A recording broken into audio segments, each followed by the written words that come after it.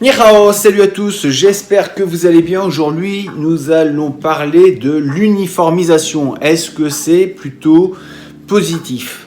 Effectivement, dans notre société, on a tendance à vouloir nous uniformiser. Regardez avec l'école, on a tous un programme commun et on essaye un petit peu de nous formater pour que nous soyons tous pareils. Dans la pratique des arts martiaux, on pourrait retrouver un petit peu ce schéma parce que quand vous regardez un cours, effectivement, le cours, il est destiné à tout le monde. Ce qui est important de bien comprendre, c'est qu'il faut mettre l'accent sur la personnalité de chacun. L'individualité va être importante parce que nous sommes tous différents et nous avons quelque chose à faire sur cette planète. Et c'est justement parce que nous sommes différents que ça fait un petit peu justement la beauté de la chose. Si nous étions tous pareils, nous deviendrions des produits avec un code barre et c'est peut-être ce qui nous attend dans peu de temps.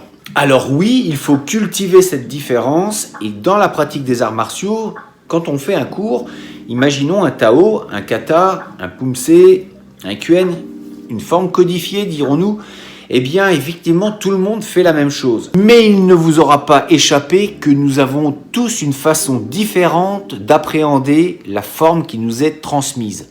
Et pourquoi me direz-vous? Eh bien c'est simple, c'est que nous avons tous des tempéraments et des comportements différents et qu'à partir du moment où il y a le geste, eh bien nous allons y mettre aussi ce que nous sommes. En quelques mots, nous allons remplir le mouvement de notre personnalité. Et comme nous sommes tous différents, eh bien nous aurons des Tao qui effectivement la forme ressemblera à tout le monde, mais il y aura des différences qui seront notables et qui feront votre forme à vous. Elle vous sera propre. Et c'est ce que les arts martiaux transmettent, c'est-à-dire qu'il y a un tronc commun, mais ensuite il faut travailler sur les personnalités et sur les différences de chacun, et donc de les prendre en compte. Le geste et la pratique doivent donc nous aider à développer cette personnalité et faire de nous des êtres à part entière, différents, avec nos points de vue, nos convictions et notre façon de voir la vie.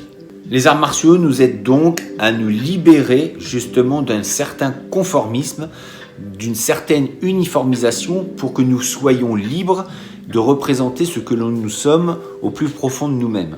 Donc n'ayez pas peur d'être différent, ne recherchez pas à sombrer dans la masse, même si parfois on le fait parce qu'on a peur du regard des autres, oubliez ce regard et vivez votre propre vie. Soyez fiers d'être différents et cultivez cette différence. Nous ne sommes pas mieux que les autres, nous ne sommes pas moins bien non plus. Sachons simplement trouver notre place dans ce monde qui en a fortement besoin et cherchons à l'aider de la meilleure des façons avec ce que nous avons de meilleur en nous.